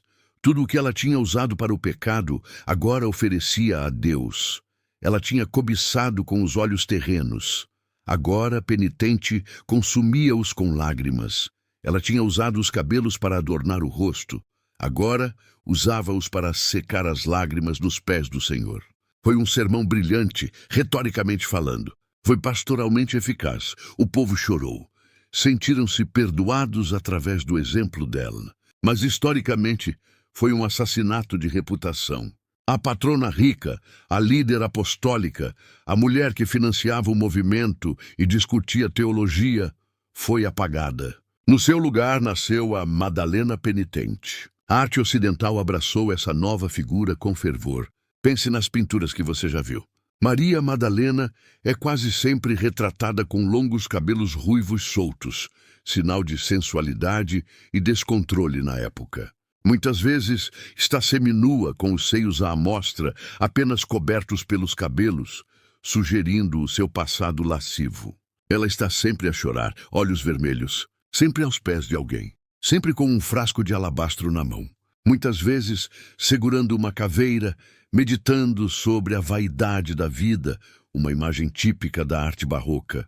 Ela tornou-se o oposto polar da Virgem Maria. A Virgem era o ideal inalcançável. Mãe e virgem, pura, vestida de azul, a cor do céu, realeza. Madalena era o ideal acessível, a pecadora reformada, vestida de vermelho, a cor da paixão, sangue, terra. Essa dualidade serviu muito bem à igreja medieval. Controlava as mulheres através de dois modelos. Ou você é santa como a Virgem, ou é uma pecadora como Madalena, que precisa de passar a vida a pedir desculpa. A liderança feminina foi assim neutralizada. Se Maria Madalena era uma ex-prostituta, ela não tinha autoridade para ensinar aos homens. A sua posição como apóstola tornou-se honorária, baseada apenas no amor emocional, não na competência intelectual ou espiritual. Pedro manteve as chaves do reino. Madalena ficou com as lágrimas. Mas será que essa versão oficial foi aceita por todos? Não. Enquanto Roma construía a penitente, nas margens orientais do Mediterrâneo, na Síria e no Egito, comunidades cristãs clandestinas liam outros livros. Livros que não entraram na Bíblia. Livros que foram queimados, perseguidos e escondidos em potes de barro para não serem destruídos. Nesses livros, os evangelhos gnósticos, a memória da verdadeira Madalena sobreviveu. E lá ela não está a chorar. Ela não está a pedir desculpa, ela está a ensinar. Ela está a corrigir Pedro, e ela é chamada de a companheira do Salvador. O que dizem esses textos proibidos? Por que eram tão perigosos para a igreja estabelecida que precisaram ser banidos como heresia? E de onde vem a ideia explosiva de que ela e Jesus eram marido e mulher? É para essas areias quentes e para esses papiros frágeis que vamos viajar no próximo bloco. Prepare-se para entrar no mundo da gnose. Aqui está o bloco 7 de 10. Deixamos para trás a Roma dos papas e a construção da pecadora arrependida. Agora viajamos para o deserto do Egito, onde a areia guardou por milênios uma versão muito diferente da história. Uma versão perigosa, mística e explosiva. Bloco 7. Os segredos da areia e o beijo proibido. Para a Igreja Católica, Ortodoxa e Protestante, o cânone bíblico está fechado há séculos. Mateus, Marcos, Lucas e João. 4 colunas que sustentam a fé. Mas a história do cristianismo primitivo não foi tão organizada e limpa como nos ensinaram na catequese. Nos primeiros séculos, havia dezenas de evangelhos circulando. Havia o Evangelho dos Hebreus, o Evangelho dos Egípcios, o Evangelho da Verdade. Eram textos lidos por comunidades que buscavam a gnose, o conhecimento direto e secreto do divino, e não apenas a fé cega na hierarquia dos bispos. Esses grupos, os gnósticos, viam o mundo material como uma prisão e o espírito como a centelha divina que precisava ser libertada. Para a igreja institucional, que estava a construir o seu poder baseada em regras e obediência, esses livros eram veneno. Eram heresia. No século IV, bispos poderosos como Atanásio de Alexandria ordenaram que todos esses livros fossem destruídos, queimados. A memória alternativa de Jesus devia ser apagada. E quase conseguiram. Mas em dezembro de 1945, o acaso, ou o destino, interveio. Um camponês árabe chamado Muhammad Ali al-Saman estava a cavar em busca de fertilizante natural perto de uma falésia na região de Nag Hammadi, no Alto Egito. A sua pá bateu em algo duro. Ele desenterrou um grande jarro de barro, selado com betume. Muhammad hesitou em abri-lo.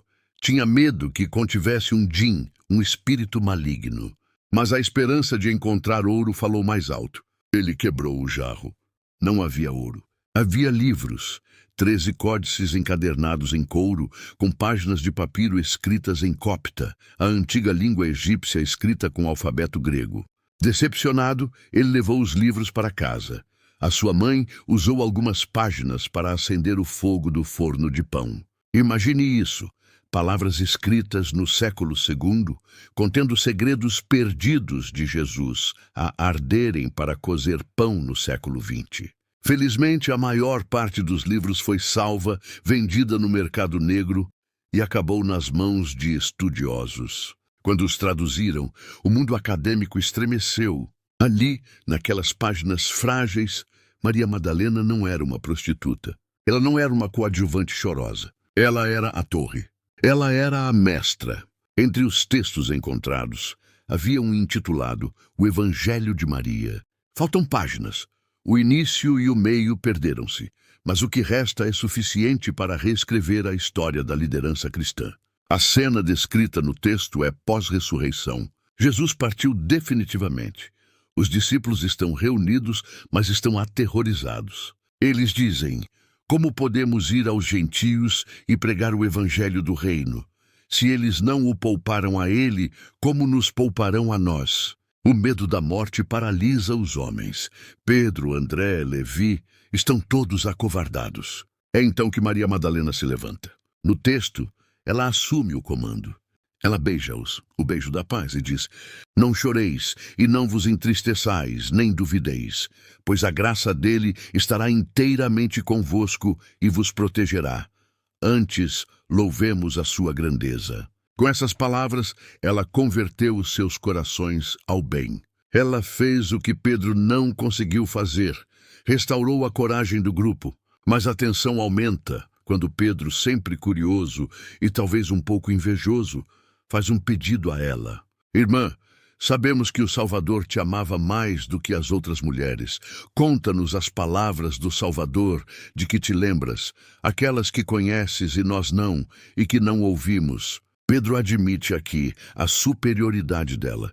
Ele sabe que Jesus lhe contava segredos. Maria concorda e começa a descrever uma visão mística profunda sobre a ascensão da alma através de níveis de poderes cósmicos. É uma teologia complexa, sofisticada, muito além das parábolas simples dos pescadores. Quando ela termina, há um silêncio pesado. E então a explosão. André, irmão de Pedro, diz: dizei o que quiserdes sobre o que ela disse, eu pelo menos não creio que o Salvador tenha dito isso. Pois estes ensinamentos carregam ideias estranhas. Mas é Pedro quem vai direto ao ponto nevrálgico da questão, o gênero. Furioso, ele questiona: teria ele realmente falado em particular com uma mulher e não abertamente conosco? Devemos nós mudar de atitude e dar ouvidos a ela? Ele a preferiu a nós? Esta é a pergunta-chave de toda a história de Maria Madalena. Ele a preferiu a nós?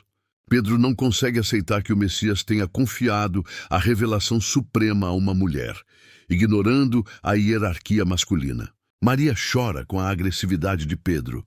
Pedro, meu irmão, o que pensas? Pensas que inventei isso no meu coração ou que estou a mentir sobre o Salvador?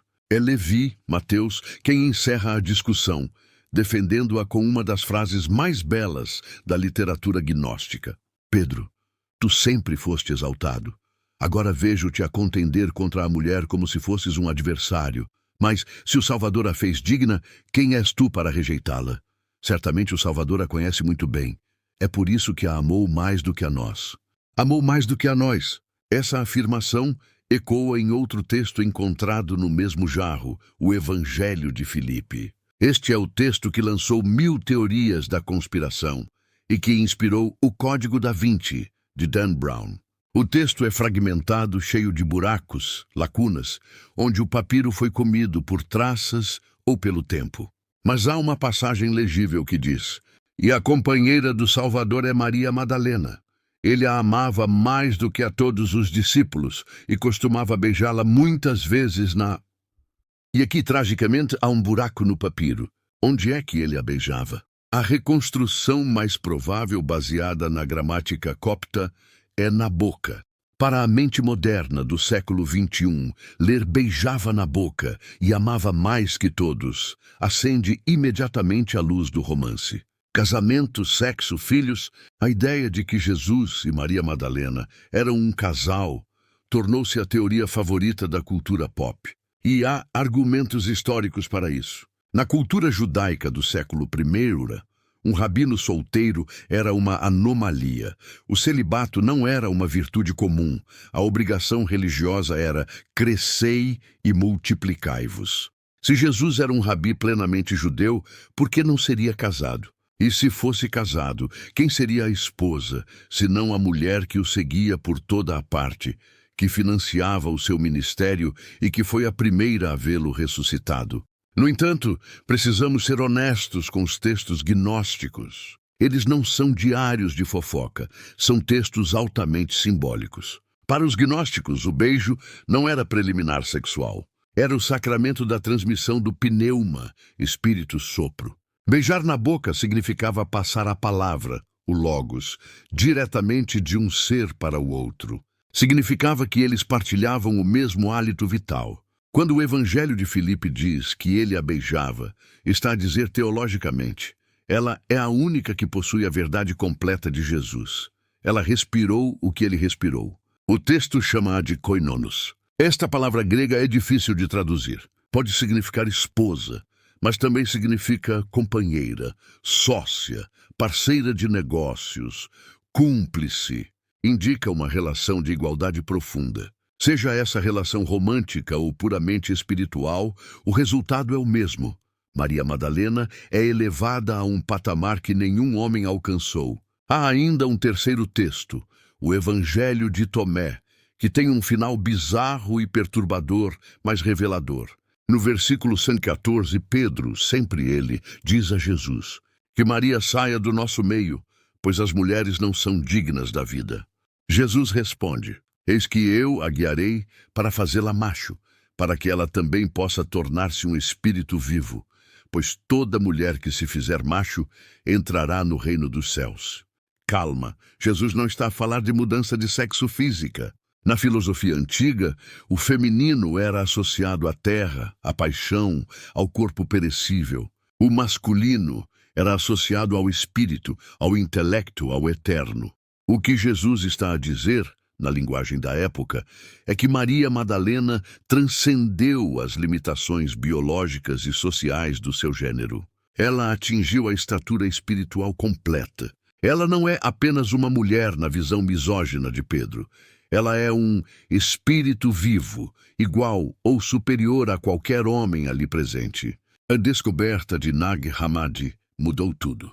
Provou que nos primeiros séculos havia cristãos que viam Maria Madalena como a verdadeira sucessora de Jesus. Não Pedro, não a Igreja de Roma, mas Maria e a Igreja do Espírito. Esses cristãos gnósticos foram perseguidos, mortos e os seus livros queimados. A Igreja de Pedro venceu, construiu o Vaticano, escreveu os dogmas. A Igreja de Maria Madalena foi silenciada, mas as lendas são teimosas. Quando a história oficial a expulsou pela porta da frente, a devoção popular trouxe-a de volta pela janela. Se a Bíblia se calava sobre o destino dela, o povo inventava um. E a maior de todas as invenções diz que ela não morreu em Jerusalém. Diz que ela fugiu e que levou consigo o maior tesouro da cristandade. Não um cálice de ouro, mas algo vivo. No próximo bloco, vamos deixar o deserto do Egito e embarcar num barco sem remos e sem velas, atravessando o Mediterrâneo em direção às costas da França. Vamos descobrir como Maria Madalena se tornou a padroeira da Provença e como a lenda do Santo Graal se misturou com o seu ventre. A jornada para o Ocidente começa agora. Jerusalém, ano 40 ou 44 de Cristo. A situação para os seguidores do caminho, como eram chamados os primeiros cristãos, tornou-se insustentável. Estevão já tinha sido apedrejado até a morte. Tiago, irmão de João, tinha sido passado ao fio da espada por ordem de Herodes Agripa. Saulo de Tarso, antes de se tornar Paulo, e outros zelotes religiosos caçavam os discípulos de casa em casa, arrastando homens e mulheres para a prisão. A Galiléia já não era segura. Jerusalém era uma armadilha mortal. É neste cenário de terror e perseguição que nasce a lenda provençal. Segundo a Lenda Dourada, um best-seller medieval, escrito por Tiago de Voragine no século XIII, os inimigos da fé não queriam apenas matar Maria Madalena e os seus companheiros. Eles queriam fazê-los desaparecer, sem deixar rastro e sem criar mártires públicos. O grupo-alvo era a elite de Betânia. Maria Madalena, a sua irmã Marta, o seu irmão Lázaro, aquele que ressuscitou e era uma prova viva incômoda, além de Maximino, um dos 70 discípulos, e Sidônio, o cego de nascença curado por Jesus. Diz a lenda que os perseguidores os levaram até ao porto de Jafa. Lá encontraram um barco velho, com a madeira apodrecida. Arrancaram as velas, quebraram os remos e o leme. Tiraram toda a comida e água potável e empurraram o barco para o vasto Mediterrâneo sob o sol escaldante. A sentença era clara: morte lenta por sede, fome e exposição, ou morte rápida por afogamento na primeira tempestade. Imagine o desespero. A deriva num mar sem fim, sem controle sobre o destino. Maria Madalena, que esteve ao pé da cruz, agora enfrentava o abismo azul. Mas o barco não afundou. Diz a tradição que anjos guiaram a embarcação ou que a própria mão de Deus serviu de leme. Correntes favoráveis empurraram o barco por milhares de quilômetros, passando pelo Chipre, Creta, Sicília, até chegar à costa sul da Gália, a atual França. Eles desembarcaram num local pantanoso e selvagem, na foz do rio Ródano. O lugar chama-se hoje Sainte-Marie de la Mer, Santas Marias do Mar. É um local sagrado, batido pelo vento e pelo sal. Há um detalhe fascinante nesta lenda: a presença de uma serva chamada Sara. Algumas versões dizem que Sara era uma serva egípcia que viajou com eles. Outras dizem que ela já estava na costa francesa e teve uma visão para ajudá-los a desembarcar. Sara tornou-se Sara Cali, Sara a Negra, a padroeira do povo cigano, Romani. Até hoje, todos os anos em maio, milhares de ciganos de toda a Europa reúnem-se nesta cidadezinha francesa. Eles entram no mar a carregar a estátua de Sara e cantam, celebrando a chegada daquele barco milagroso da Palestina. É uma prova viva de como essa lenda está enraizada na cultura europeia. Mas a história não parou na praia. O grupo separou-se para evangelizar. Marta foi para o norte, para a cidade de Tarascon, onde a lenda diz que ela domou um monstro terrível chamado Tarasque, apenas com água benta e a sua fé. Lázaro foi para Marsella e tornou-se o seu primeiro bispo. E Maria Madalena? Ela entrou em Marselha, uma cidade portuária grega e pagã, dedicada à deusa Ártemis. A lenda diz que ela viu o povo a adorar ídolos e sentiu o fogo do Espírito Santo. Aquela mulher que a Igreja Romana tentou calar na lenda francesa é uma oradora imparável. Ela subiu aos degraus do templo pagão. A sua beleza era tal que todos pararam para olhar. A sua eloquência era tal que todos pararam para ouvir. Ela pregou Cristo com tanta paixão que converteu o governador da província e toda a sua família. Marsella tornou-se cristã não pela espada de Pedro, mas pela voz de Madalena. Esta é a versão católica oficial da lenda. Madalena como a evangelista da Provença. Mas nas sombras desta história corre uma versão alternativa. Uma versão que sussurra segredos proibidos. E se o tesouro que chegou naquele barco não fosse apenas a mensagem do Evangelho? E se Maria Madalena tivesse trazido algo físico? Durante a Idade Média, a Europa foi inundada por lendas sobre o Santo Graal, o Sangreal. Os cavaleiros do rei Arthur procuravam o cálice que Jesus usou na última ceia e que José de Arimateia teria usado para recolher o sangue de Cristo na cruz. Mas nos anos 80, autores como Baigent, Ley e Lincoln, no livro O Santo Graal e a Linhagem Sagrada, e depois Dan Brown, em O Código da Vinci, popularizaram um jogo de palavras linguístico que mudou tudo. Eles sugeriram que sangreal, santo grau, era uma leitura errada de sangue real, sangue real. Segundo esta teoria explosiva, o graal não é um objeto, não é um copo de ouro. O graal é um ventre, o ventre de Maria Madalena. A teoria propõe que ela não fugiu apenas para salvar a própria vida. Ela fugiu porque estava grávida, grávida do filho de Jesus. Nesta narrativa, Maria Madalena é a esposa real, a portadora da linhagem davídica de Jesus e benjaminita dela mesma, segundo algumas tradições. Ela é o vaso sagrado que contém o sangue de Cristo, literalmente na forma de um descendente. Quando ela desembarca na França, o sangue real é plantado no solo europeu. A teoria conspiral continua, sugerindo que essa linhagem de Jesus se misturou com a nobreza franca local, dando origem à dinastia dos Merovingios. Os reis merovingios, que governaram a França entre os séculos V e VIII, eram conhecidos como os reis cabeludos e tinham uma aura de magia e santidade. Segundo a lenda esotérica, eles eram descendentes diretos de Jesus e Madalena. E a Igreja Católica, sabendo disto, teria conspirado com a dinastia seguinte, os carolíngios, para assassinar os merovingios e ocultar a verdade. Por quê? Porque se Jesus tivesse filhos, ele seria mortal, humano. E se ele tivesse herdeiros de sangue, a autoridade do Papa, que se baseia na sucessão apostólica de Pedro, seria nula. Os verdadeiros chefes da Igreja deveriam ser os descendentes físicos de Cristo. Esta teoria, é claro, rejeitada por historiadores sérios e pela Igreja. Não há provas genealógicas, nem documentos da época que sustentem uma gravidez ou uma dinastia sagrada. Mas o poder do mito não precisa de provas documentais. Precisa de ressonância emocional. A ideia de que Madalena foi mãe humaniza ainda mais. Transforma a fuga num ato de proteção materna.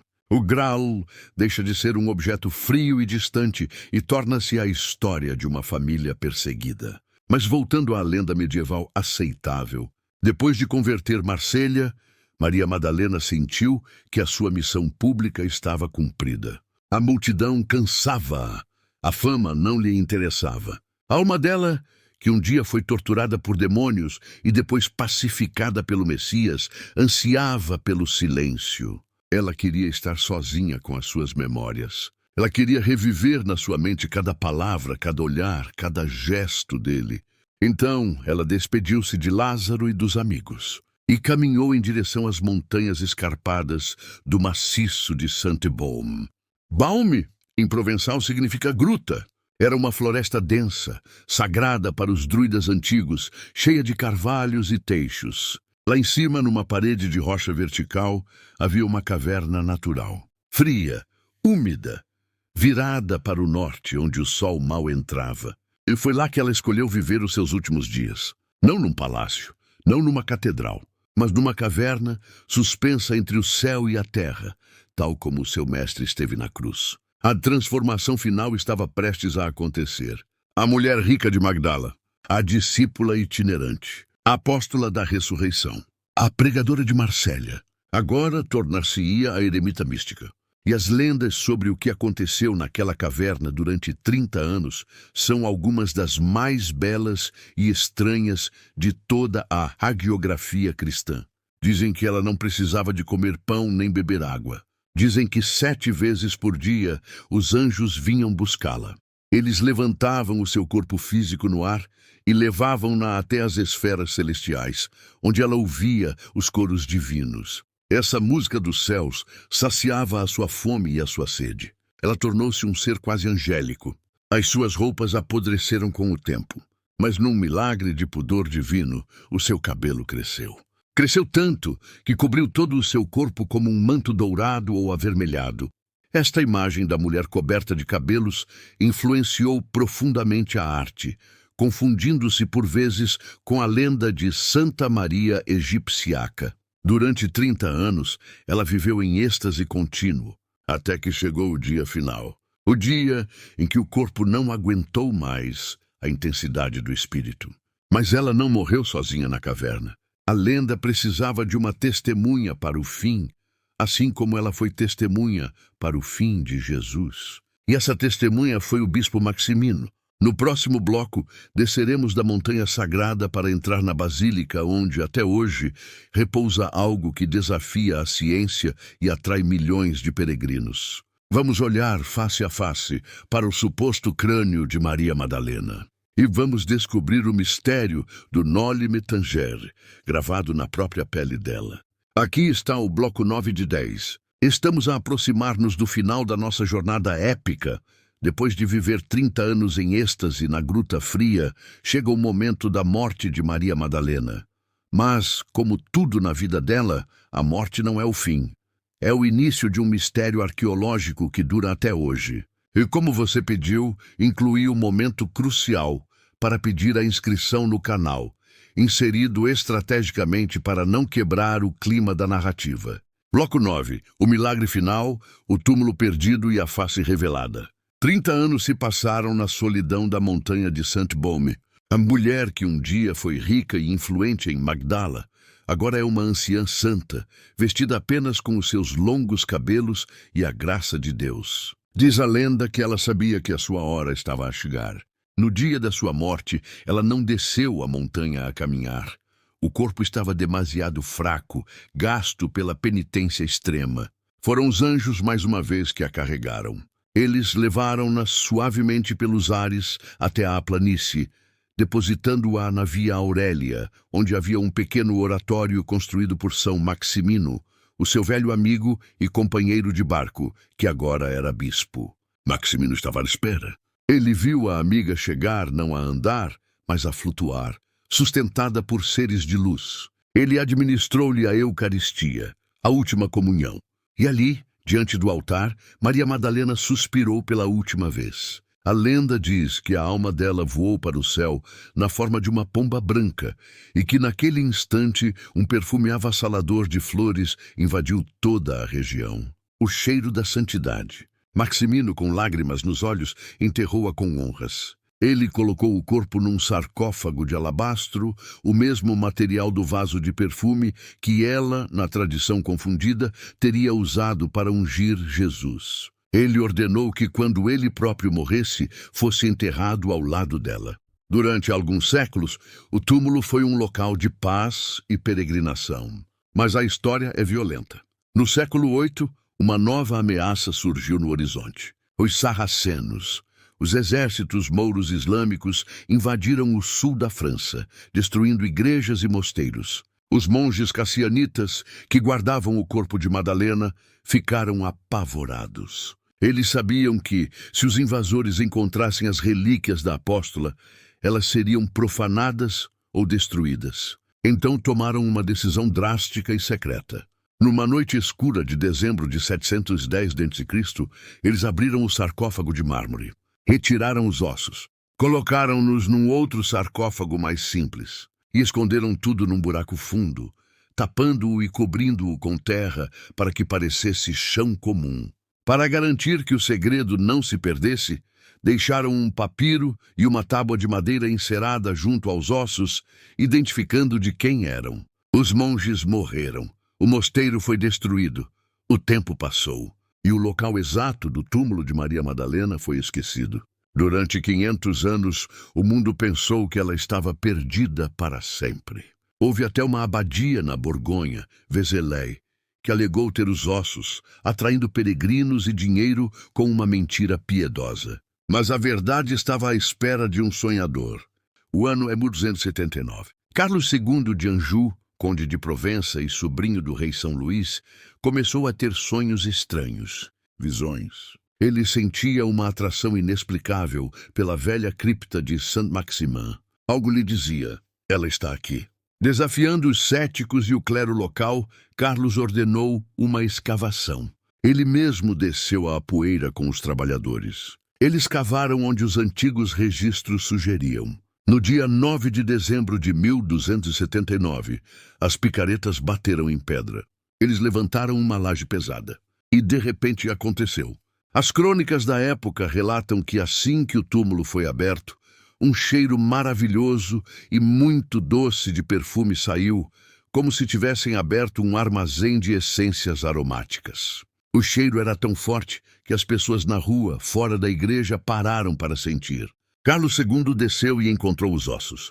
Mas o que chamou a atenção de todos não foi o esqueleto inteiro. Foi o crânio. E um detalhe macabro e milagroso naquele crânio.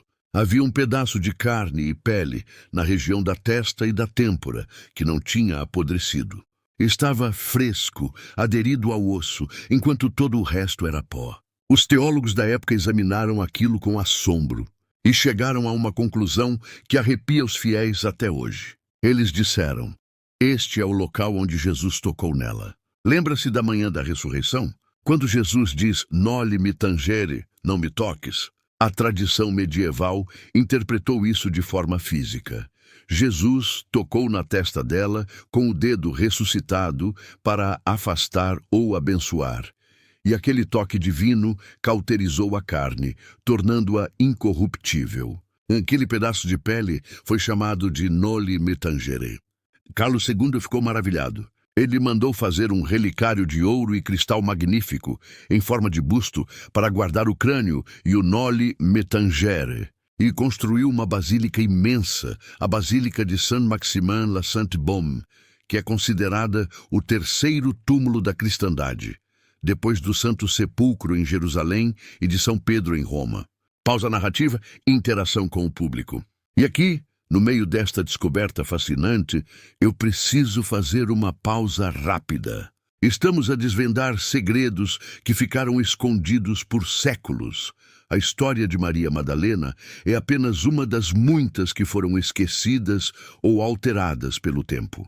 Se você está a gostar desta viagem profunda pela história, pela arqueologia e pelos mistérios da fé, eu convido-o agora. Inscreva-se no canal. Ative o sininho das notificações. Nós trazemos documentários detalhados como este todas as semanas. Não deixe que a história se perca novamente. Faça parte da nossa comunidade de investigadores da verdade. Já se inscreveu? Ótimo. Agora vamos voltar para a cripta, porque a ciência moderna decidiu entrar na história. O crânio permaneceu lá, protegido, e às vezes escondido durante a Revolução Francesa até os nossos dias. Ele está lá hoje. Se você visitar a Basílica, descerá uma escada escura até a cripta. Atrás de uma grade de ferro e de um vidro grosso, verá o relicário dourado.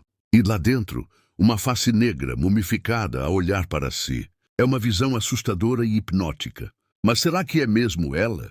Em 1974, e novamente mais tarde, cientistas tiveram permissão para examinar os restos. Eles confirmaram que se trata de uma mulher, que viveu no primeiro século, que tinha cerca de 50 ou 60 anos quando morreu, o que bate certo com a cronologia se ela fosse jovem na época de Jesus e vivesse mais 30 anos. E determinaram que ela era de origem mediterrânea, não europeia. Em 2017, uma equipa liderada pelo médico legista Philippe Charlier e pelo artista forense Philippe Fruch fez algo extraordinário.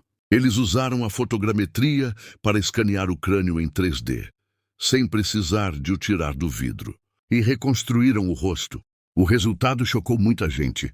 Esqueça as atrizes de Hollywood de olhos azuis. Esqueça as pinturas renascentistas de pele de porcelana. O rosto que emergiu do computador era o de uma mulher judia, de traços fortes. Nariz proeminente e aquilino. Pele morena. Cabelos escuros e grossos. Foram encontrados vestígios de cabelo castanho escuro no relicário. Era um rosto severo, marcado pela vida, mas com uma dignidade profunda. Não tinha a beleza sensual e suave da pecadora inventada. Tinha a beleza rústica e real de uma mulher que caminhou sob o sol da Galileia, que viu a morte de perto e que viveu décadas em contemplação. Ao olharmos para essa reconstrução facial, não estamos a olhar para um mito, estamos a olhar para uma pessoa. Uma mulher que existiu, que comeu, bebeu, riu e chorou, e que por um acaso do destino ou da providência se tornou a melhor amiga do homem que dividiu a história em antes e depois. Mas a relíquia de Saint-Maximin levanta uma última questão perturbadora. Se este é o corpo dela, e se a lenda da gravidez e da linhagem real for falsa, o que é que ela nos deixou de verdade? Qual é a herança real de Maria Madalena para nós hoje? Ela não nos deixou uma dinastia de reis. Ela não nos deixou um império. Ela deixou-nos algo muito mais perigoso. Ela deixou-nos um espelho. No último bloco desta série, vamos analisar o Código Madalena Final. Vamos entender por que ela é o ícone mais importante do século XXI. Vamos falar sobre o resgate do feminino sagrado. E vou deixar-lhe com uma reflexão que pode mudar a sua própria espiritualidade. A história está quase a acabar, mas a mensagem dela está apenas a começar. Prepare-se para a conclusão. Percorremos um longo caminho juntos. Começamos no cheiro a peixe e sal de Magdala, nas margens do Mar da Galileia. Vimos uma mulher atormentada por 7 demônios encontrar a cura nos olhos de um carpinteiro nazareno. Caminhamos com ela pelas estradas poeirentas, financiando uma revolução com o seu próprio dinheiro. Estivemos ao pé da cruz, quando o céu escureceu e os homens fugiram. Sentimos o terror e o êxtase no jardim da ressurreição. Viajamos num barco sem velas pelo Mediterrâneo e descemos à cripta fria de uma basílica francesa para olhar nos olhos de um crânio antigo. Mas afinal, quem é Maria Madalena para nós hoje? Por que é que depois de 2000 anos ela continua a fascinar-nos mais do que qualquer outro discípulo? A resposta não está apenas na história, está naquilo que nos falta. Durante séculos, a civilização ocidental foi construída sobre a lógica, a hierarquia, a força e a estrutura. Tudo atributos associados simbolicamente ao masculino. Pedro foi a pedra, a rocha sobre a qual a instituição foi construída. Ele representa a lei, a ordem, o dogma. Ele guarda as chaves. Mas uma casa feita apenas de pedra é fria. Maria Madalena representa o outro lado da moeda divina. Ela é a intuição, a devoção, o misticismo. Ela não guarda as chaves, ela guarda o coração. Ao transformar Madalena numa prostituta e silenciar a sua liderança, a história tentou amputar o lado feminino da espiritualidade. Tentou dizer que para chegar a Deus era preciso seguir regras e não sentir amor. Mas o Código Madalena real, aquele que não precisa de teorias da conspiração sobre linhagens de sangue, é muito mais simples e direto. O amor é a verdadeira autoridade. Quando os evangelhos gnósticos dizem que Jesus a amava mais do que aos outros, e quando os evangelhos canônicos mostram que foi ela a primeira a vê-lo vivo, a mensagem é clara. A intimidade com o divino não depende do cargo que você ocupa. Não depende se você é bispo, padre ou papa. Depende da intensidade da sua busca. Pedro viu o túmulo vazio e foi embora, confuso. Maria ficou. Maria chorou. Maria persistiu. E foi por isso que ela viu o que ele não viu. Ela é o arquétipo da testemunha fiel. O nome da sua cidade, Magdala, vem da palavra hebraica Migdal, que significa torre. E isso é exatamente o que ela foi. Enquanto os outros desmoronavam como castelos de areia diante do perigo romano, ela permaneceu firme como uma torre de vigia que viu a morte chegar e não desviou o olhar. Uma torre de vigia que viu a vida retornar e foi a primeira a anunciar a alvorada. Hoje, no século XXI, estamos a viver o tempo de Madalena. Em 2016, o Papa Francisco tomou uma decisão histórica. Ele elevou a memória litúrgica de Santa Maria Madalena ao grau de festa. No decreto oficial, o Vaticano chamou-lhe Apostola Apostolorum. Foi uma reparação histórica de 1400 anos. A Igreja admitiu, finalmente, que ela está em pé de igualdade com os apóstolos homens. A pecadora foi enterrada. A apóstola ressuscitou. Essa reabilitação não é apenas uma correção burocrática. É um sinal dos tempos. Num mundo que está exausto de guerras, de dogmas rígidos e de falta de empatia, a figura de Madalena emerge como um bálsamo. Ela ensina-nos que podemos ter um passado difícil, os 7 demônios, e ainda assim ter um futuro grandioso. Ela ensina-nos que a mulher não é secundária no plano divino, mas protagonista. E ela ensina-nos sobre a coragem de estar presente. Pense na vida dela. Ela esteve presente na dor extrema, a cruz, e esteve presente na alegria extrema, a ressurreição. Ela não fugiu de nenhum dos dois. Muitos de nós passamos a vida a fugir. Fugimos da dor, anestesiando-nos. Fugimos da alegria profunda, com medo de que ela acabe. Maria Madalena convida-nos a ficar, a permanecer no jardim até que o jardineiro chame o nosso nome. Ao olharmos para a reconstrução facial feita a partir do crânio de Saint-Maximin, vemos uma mulher real, não a deusa loira da pintura, mas a mulher morena, de traços fortes, do Médio Oriente. Aquela face viu Deus morrer e renascer. Se a lenda da França é verdadeira ou não, talvez não importe tanto quanto a verdade simbólica que ela carrega. Se ela viveu numa gruta por 30 anos, alimentada por música celestial, isso diz-nos que a alma humana é capaz de encontrar o paraíso mesmo no isolamento mais profundo. Se ela viajou num barco sem remos, isso diz-nos que a fé pode levar-nos a portos seguros quando tudo parece perdido. Maria Madalena é o espelho onde a alma humana se vê nua e perdoada. Ela é a prova de que o amor é mais forte que a morte. E é por isso que, 2 milênios depois, ainda estamos aqui a falar dela.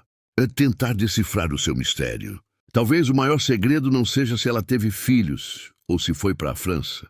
O maior segredo é aquele que ela sussurrou aos apóstolos ofegantes naquela manhã de domingo e que sussurra para nós agora. Eu vi o Senhor. E o convite dela é, vem e vê também. E assim, fechamos o livro sobre a vida extraordinária de Maria de Magdala. Da possessão à patronesse, da cruz à coroa de glória. Esta foi uma viagem longa e profunda, e eu quero agradecer a você que ficou até o final deste 10º bloco. Histórias como esta dão muito trabalho para pesquisar, escrever e produzir. Nós mergulhamos na arqueologia, nos textos proibidos e nas lendas antigas, para trazer até si algo mais do que o óbvio.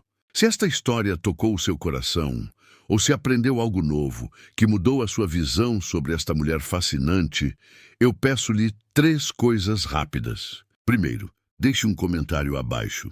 Diga-me, qual versão de Maria Madalena faz mais sentido para si? A apóstola, a esposa mística ou a santa eremita? Eu leio todos os comentários e quero saber a sua opinião. Segundo, partilhe este vídeo. Mande para aquele grupo da família, para os amigos que gostam de história, ou para alguém que precisa de ouvir uma mensagem de esperança e resiliência hoje. A história dela merece ser conhecida na sua totalidade. E terceiro, e mais importante, inscreva-se no canal e ative o sininho. Não seja como os discípulos que dormiram no Getsemane. Fique atento.